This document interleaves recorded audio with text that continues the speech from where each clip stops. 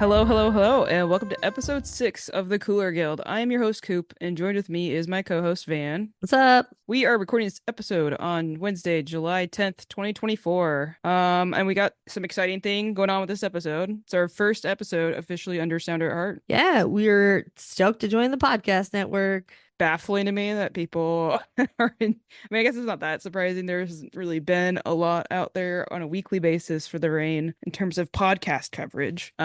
So we're like so happy. I think that we kind of are getting this seal of approval from something as notable as Sounder Heart. We've looked up to those people and like read everything they put out since the beginning. I've made friends with like a lot of people from there too. So Yeah, I mean the entire like Seattle soccer community supporting us and getting behind us has really been like absolutely just like mind blowing. yeah, I really, really want to thank Jeremiah Yeah, what a guy. for kind of, I don't know, getting us this opportunity. What a guy. So going forward, the Cooler Guild will now be part of the Sounder at Heart podcast network. In addition to remaining available on our podcast feed, Sounder at Heart subscribers can now listen to us on the unified network feed where all the network podcasts are available. To learn more about supporting our show and getting access to the feed as well as the rest of Sounder at Heart content, you can visit sounderatheart.com/the Cooler Guild. In today's episode, we're going to be discussing Reigns' latest result against the Utah Royals from Sunday at Lumen Field. Oh, like a loss. Not gonna lie. Always does. Not great. You know, Laura Harvey said this was deja vu. And let me tell you what, Laura Harvey, no one makes it feel like this feels like deja vu for us, especially because we're just episode after episode talking about the same thing. Yeah, it wouldn't be so bad if we hadn't decided to start this podcast and then have to keep talking about the same crap every game. Our first episode that we dropped, that was a loss. And I think we had we did a few practice episodes to make sure we didn't sound like shit, but we had recorded the win that we had.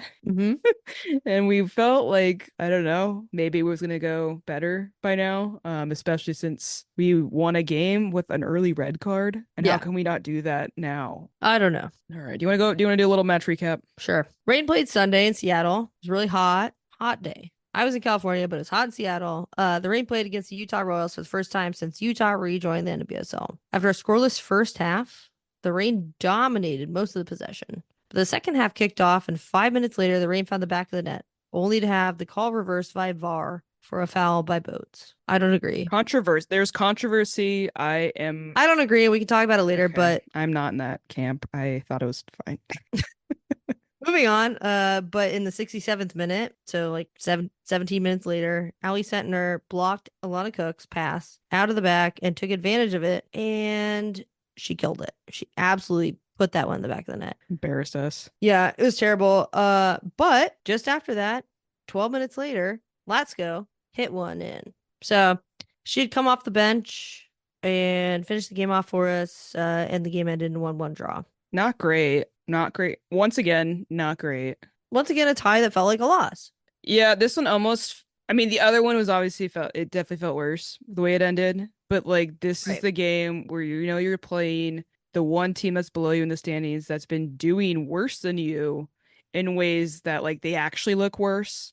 Yeah. It seems like if we played a team like that, we should be beating them. Yeah, I mean, and even though we are a not great squad with a good coach, we have had some consistency. And 2 weeks ago, Utah fired their head coach. Yeah. And so now they're under their interim head coach, which was their goalkeeper coach. And they come in, and I'm not dissing goalkeeper coach like by any means, because I think goalkeepers make the best coaches, but it seems like there was a huge shakeup in that organization. Yeah. And they've been bad, and we've been bad, and there's been no shakeup in our organization. They're also a new organization. So they're a new organization, right? Like, back new, whatever, but new organization, and they fired their coach. So like Laura Harvey, veteran of the league, Laura Harvey, we should have had this. This should have been a win. Yeah. And I mean, it's one of those like the press or whatever afterwards. It's just, she said, deja vu, exact same issues we're dealing with, right? Lack of quality on finishing, lack of quality overall. It's not just this lack of quality in passing, lack of quality in the defending, those lapses that we have. We might be good for the majority of the match, but all it takes is like one chance from someone like Sentnor. Yeah. That's all it takes. And one mistake. And sure, like we dominated possession. Ziara King had a lot of opportunities. If the score line was different, we might say, oh, she played really well. Mm-hmm. But the score line the way it is, Mm-hmm.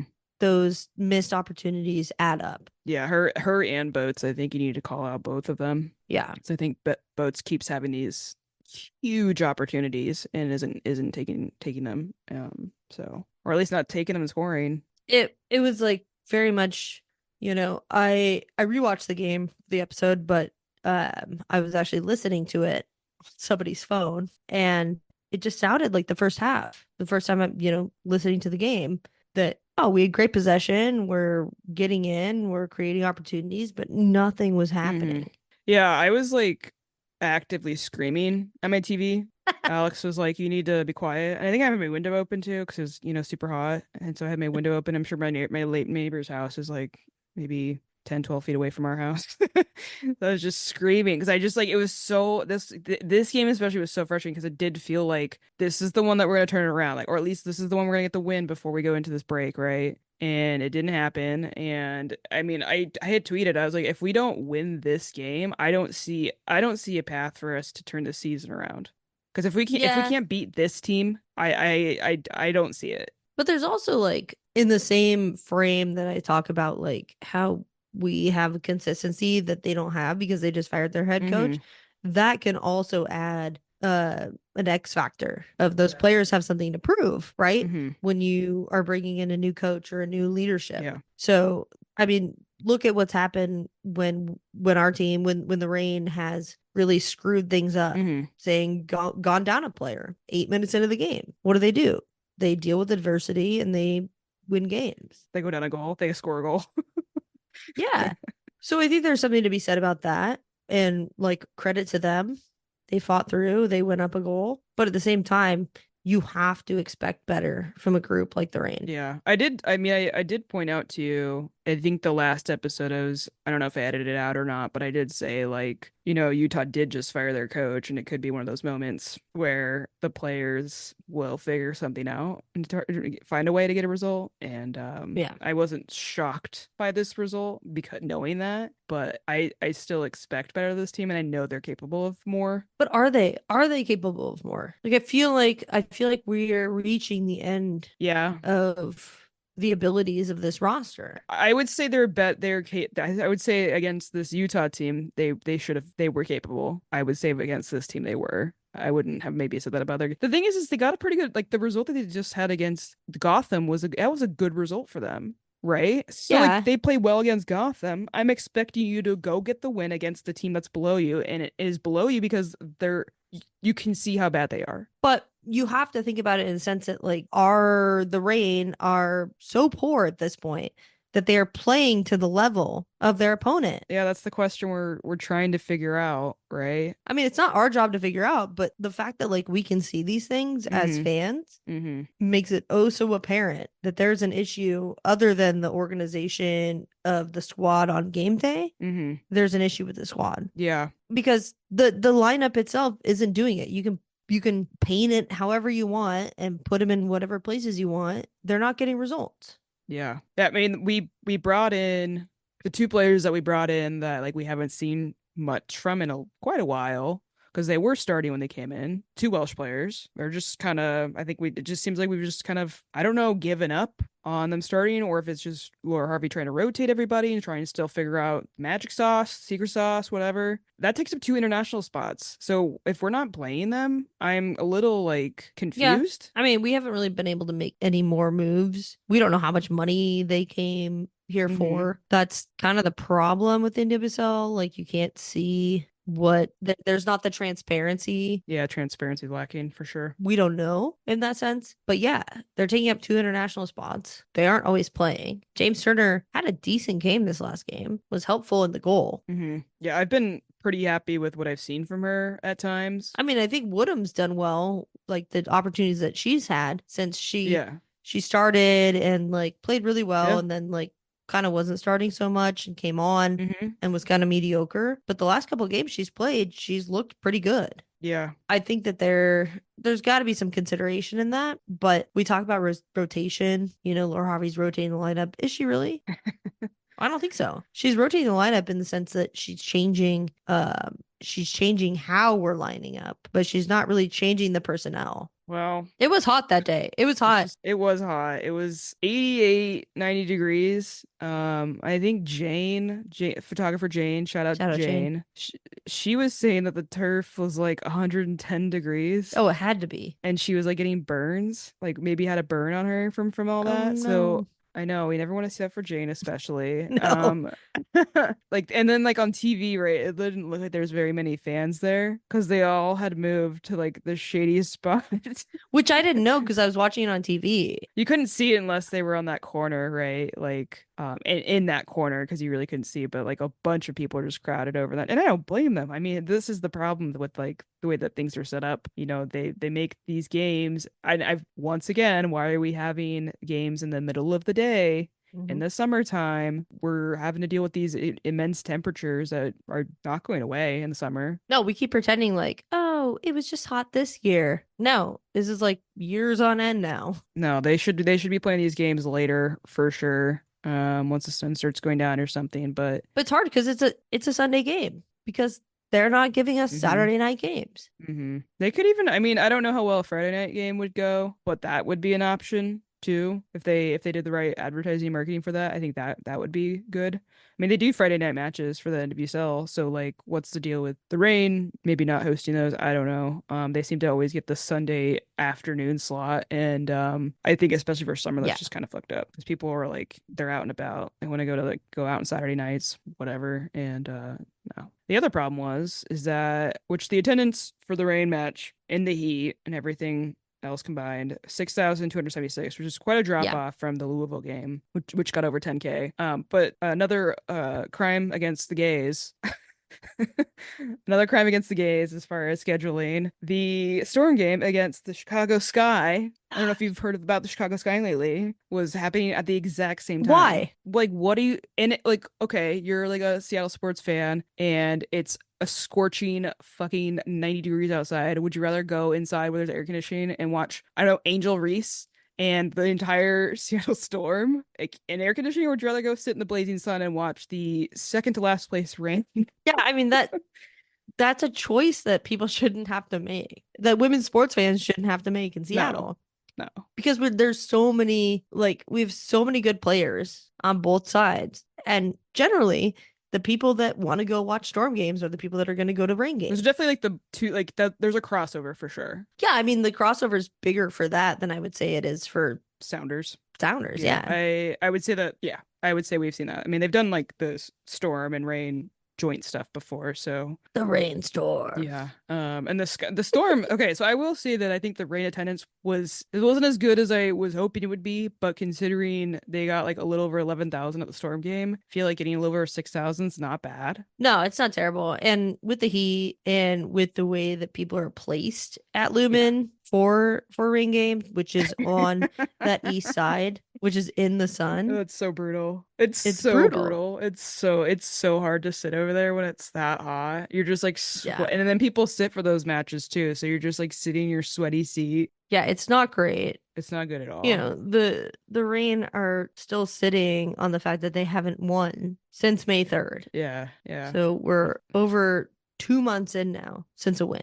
Fair weather sports fans, it's a little hard to avoid in Seattle, I think. We see with the Mariners, we've seen it with, I mean, not the Seahawks. People want to see teams play well, and also the Rain will just keep beating this drum, but they haven't found the big names to replace Roosevelt, Megan Rapinoe. You're going to go out on a Sunday and get a sunburn, and I'm not saying there's not big names on the Rain still right now. We're seeing clubs elsewhere sending off their U.S. Olympians. And the NWSL is an American league. I don't need an Olympian from the U.S., but like, can we get someone who's like world renowned and that high level of world class player kind of stuff? Yeah, I mean it's really hard because like our bar was set so high. Yeah. So, when you create a team with somebody like Megan Rapinoe and they become an international name for multiple reasons and are a draw from so many different facets of society, right?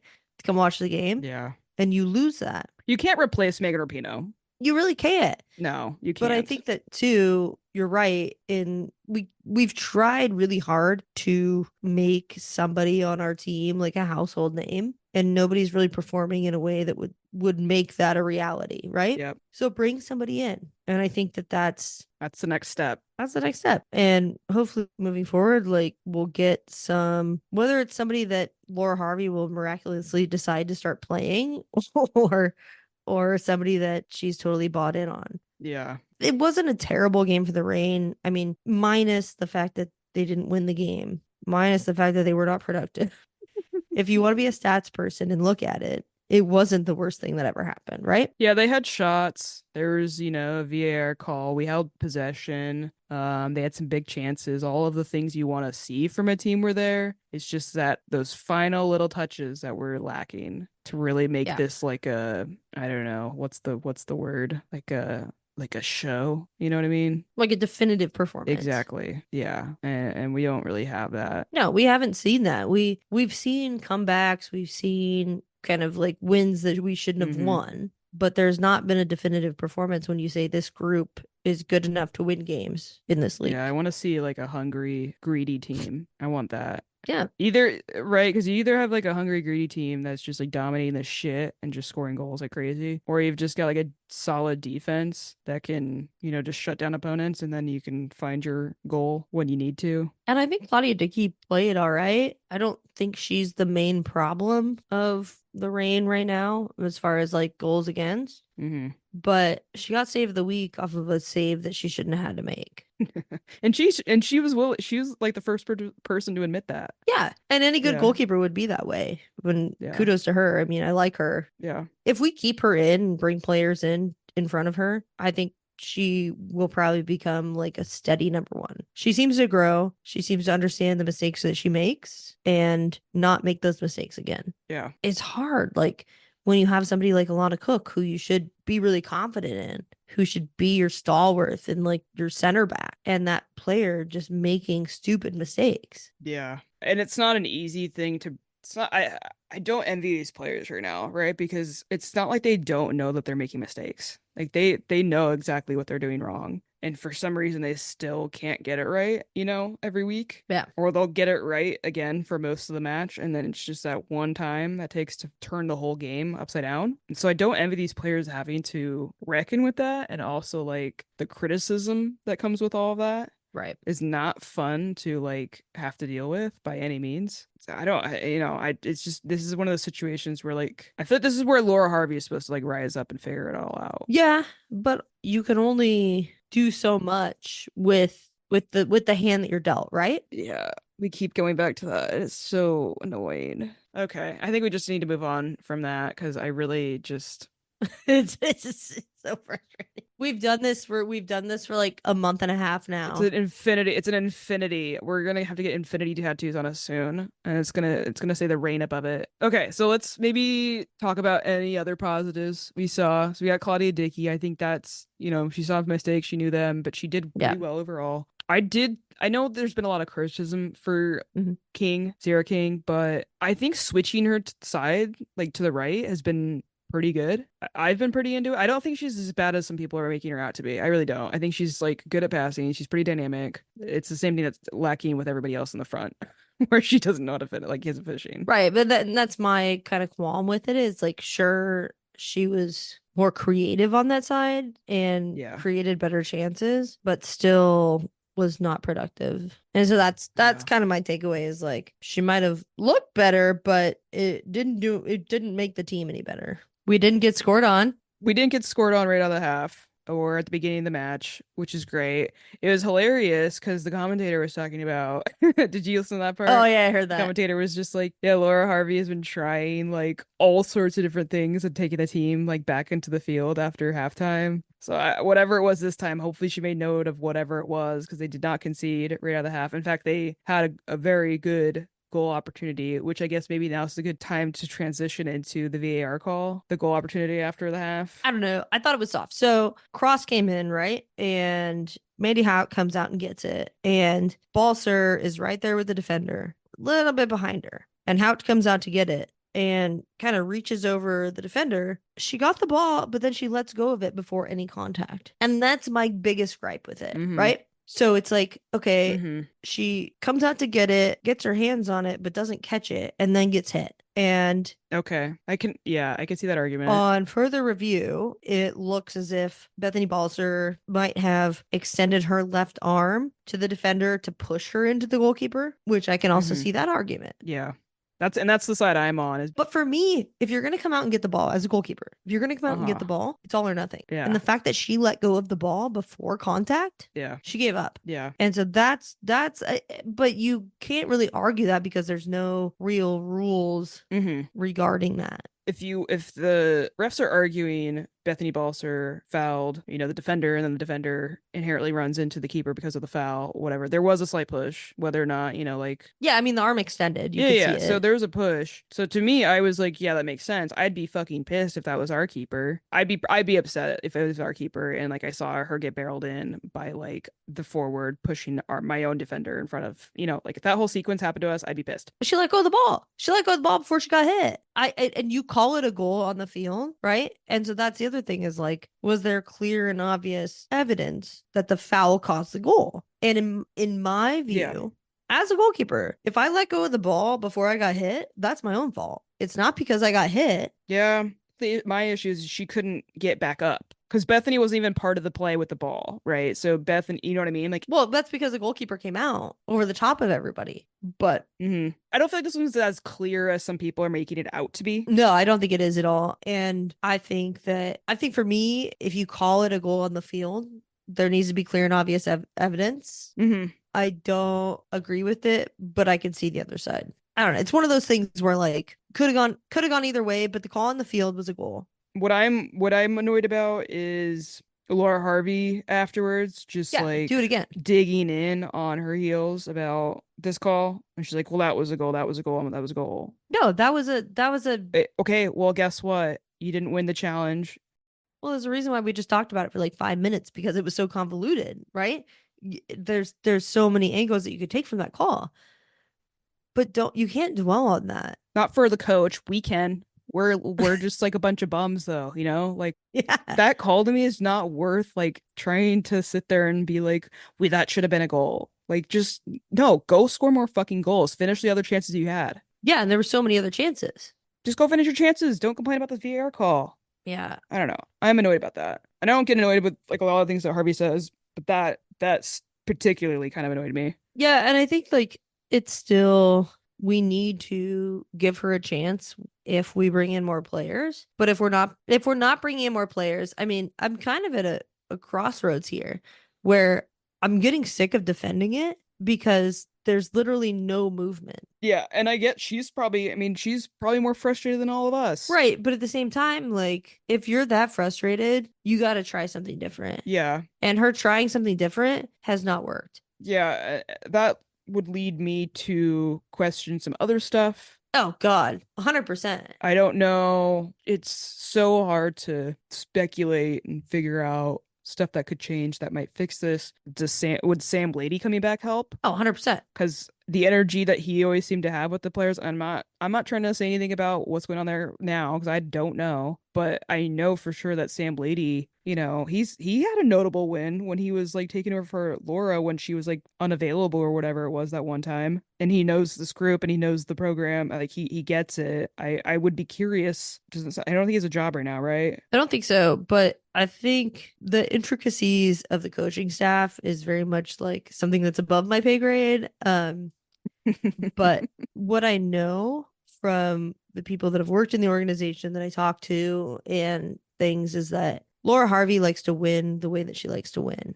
She doesn't really like screwing with things. And if the people that work within the system she likes to win in aren't working, then it's not her fault. And so she's not a person that's going to really like screw with that system. And I think that the thing that Sam Lady did was not be a yes man. He challenged her. And I think that there's not really, from what I've heard, there seems to be a lack of adversity within the coaching staff and people pulling for the players that aren't getting a lot of time. Does that make sense? I mean, does that make sense? Yeah, yeah, yeah. I feel like that's just coaches in general. they play favorites and they have their people. Yeah, some do. Yeah, I don't know. Coaching stuff, something I think Laura maybe needs to reflect on. Yeah, I wouldn't. Not like herself, but she maybe needs to figure out if she can surround herself with people that might kind of help figure out what the issues are, and maybe if we can get more out, if we can get more out of the squad, or what players we need exactly, because I don't feel like it's very clear what we need still. No, it's not. And they're not. I mean, that's also the hard part too, is because she's notoriously vague. Yeah, yeah. But I think Leanne Sanderson's right, on the call from not this game, but the game before, saying the Reign need an out and out goal scorer. You need somebody like Chewinga. You need somebody like that coming in just to score goals. Yeah. And we have players that can play those balls into her. Yep. Yeah, we absolutely do. So I think that's one way you can solve it. But I don't know. One thing that I would change as an organization, if I was miraculously in charge of the Reign one day, would be that vagueness. You need to have an open communication, like with your fan base, like with the people that are supporting you and the communities that are supporting you, and letting them know, especially in times like this when you're absolutely awful, how you're going to make it better. I would say I agree with that, obviously, but I understand why you don't do I that. think it's a problem within the league, though. I feel like we see this with like almost every single team. Whenever like big news drops about like a coach firing or a player being traded, like this happens everywhere. So I feel like it's just maybe the norm for the league. I don't know if we can change things like that. But we've changed things other ways. Like why not be that's something to take up with the front office, who I have other issues with.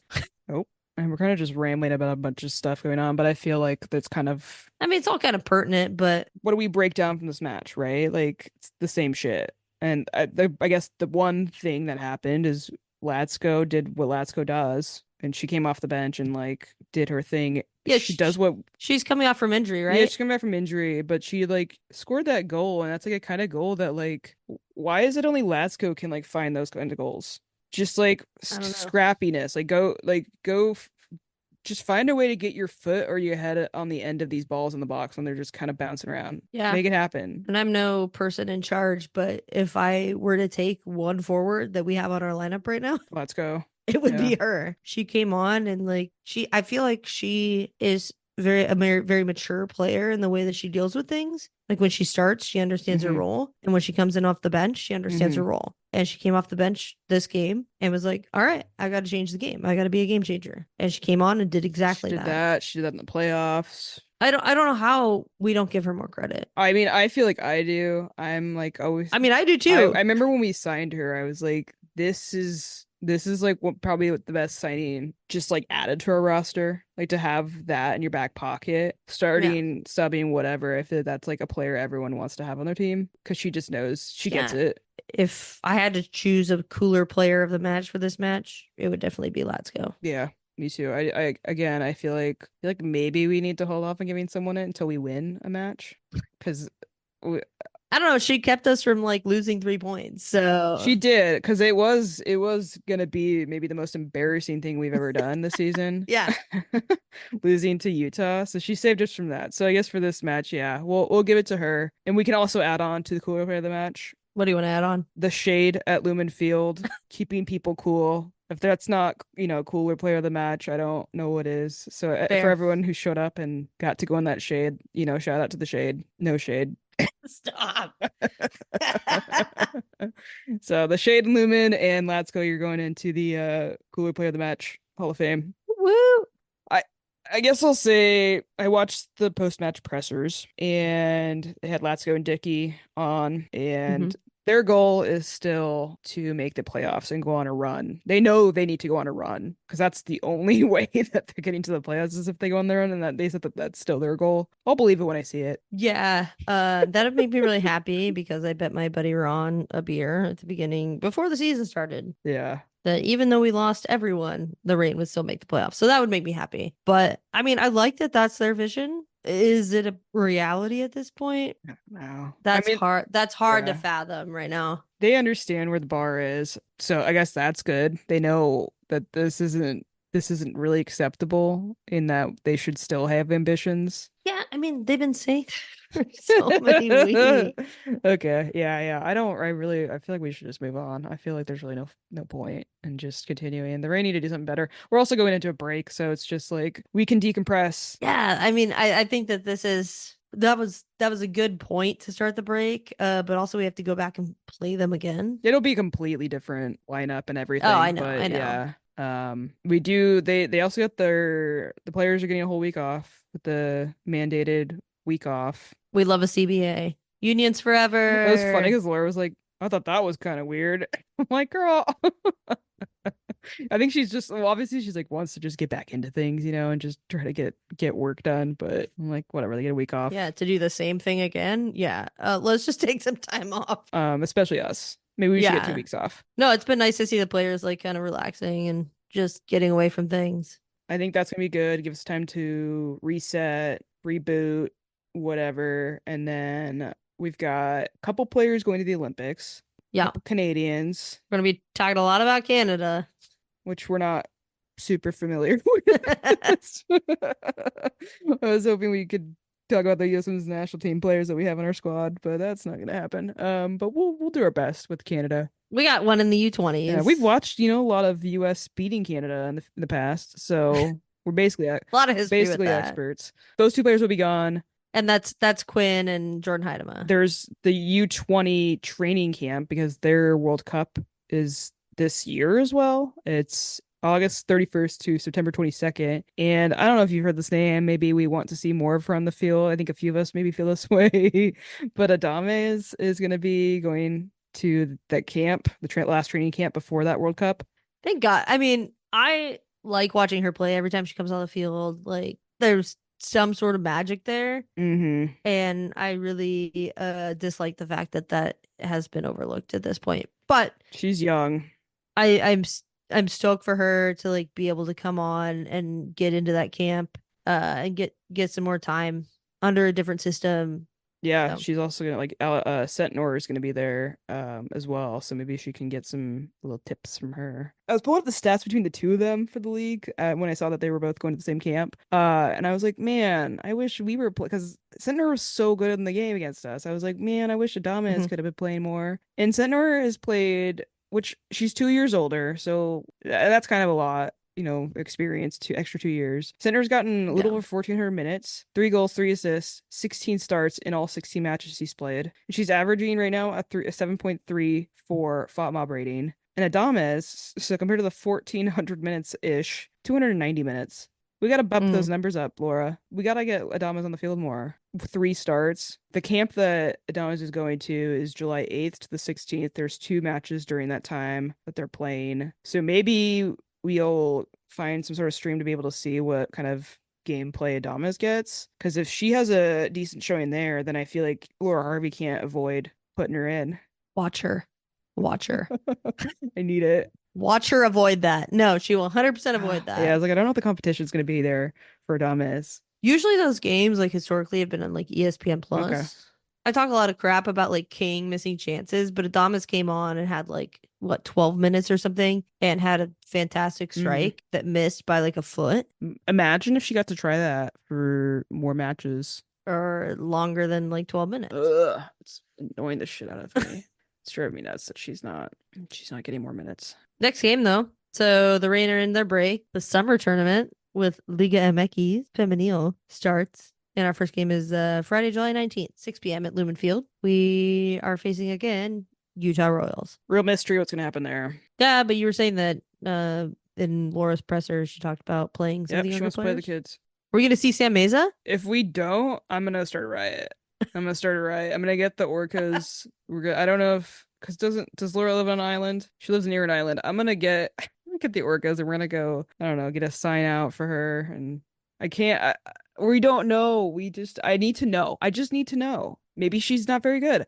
I don't know. Maybe she's amazing and Laura just is saving it. I don't Why would know. you save it when you're Probably not trash? that. Yeah, the summer tournament should be good. Get some players some minutes that haven't had some. That's what we're kind of looking forward to is July 19th. So 9 days from now. Also, the Olympics are gonna be starting soon. There's going to be a watch party if people are interested in going to the watch party at Ruff and Tumble in Seattle. I think we're gonna try to make it out there. It sounds like we're putting it in our books to go out there. I'm still not sure where my ankle's at with recovery. You're fine. You just told me you don't wear your boot anymore. You're fine. I like to make sure I have an opening, an excuse to not go to something. So this is that moment, in case I need to bail for whatever reason. They're gonna have rain players there beforehand, about an hour before the match, signing and doing pictures and stuff. But they're also gonna be doing giveaways. Yeah, but it's from a adoption agency for families. Yeah, I think it's a organization that Lasco's partnered with, right? Yeah, Gape Adoptions. Yeah, it seems like a cool organization, and I mean, I'll be there. Yeah. We can meet some of you if you are out there. We're just as pleasant in real life, probably not.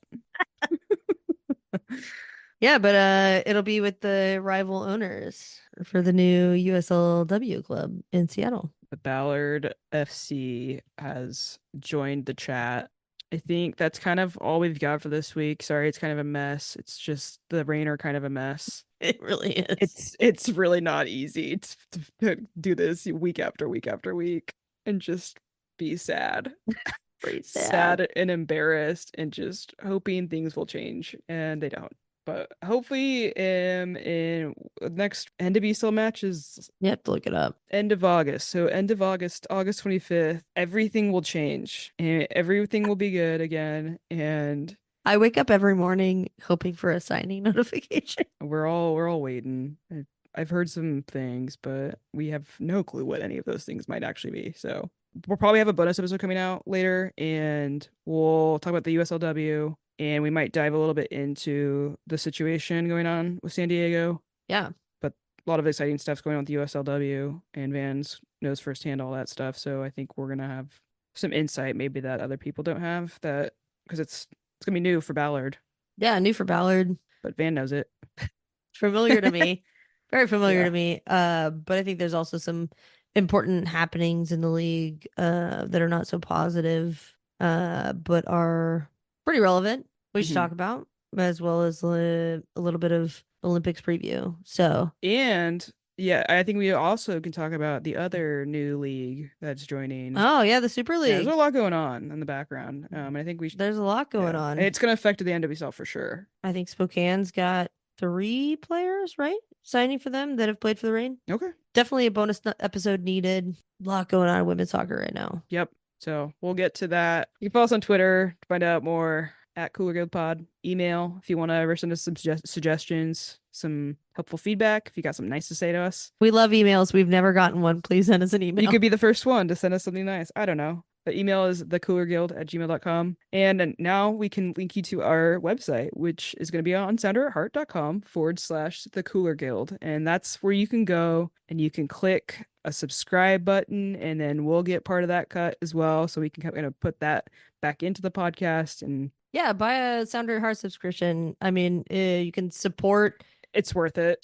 local coverage of soccer, men's soccer, women's soccer, independent media. It's like supporter like funded. Yeah, you don't have to go through any paywalls. It's all available. But the idea is that it's something that you enjoy reading, and so you're going to pay for it.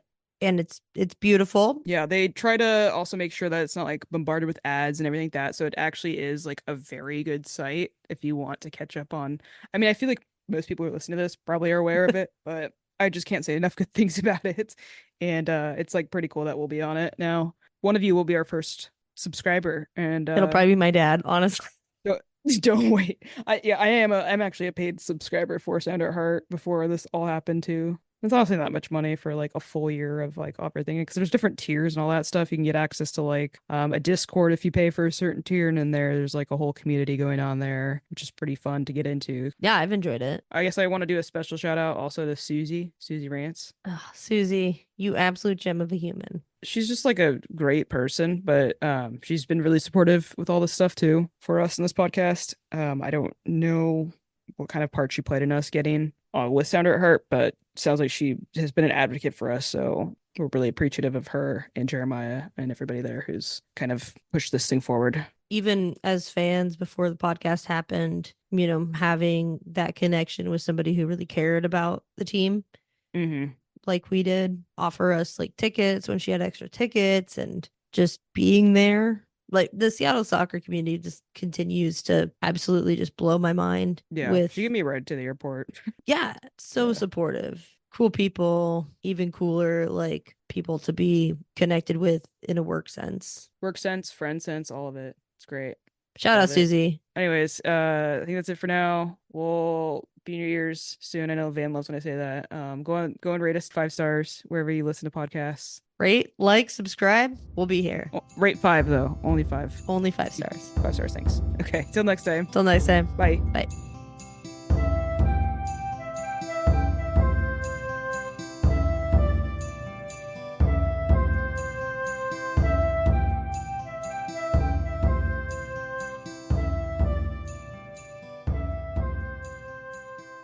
It's not Haney. It's With an like H. hot. I've got it right here. Hot. So who? Hoot? How? Hot. How? Hout. I think it's Hout. Hout. Hout.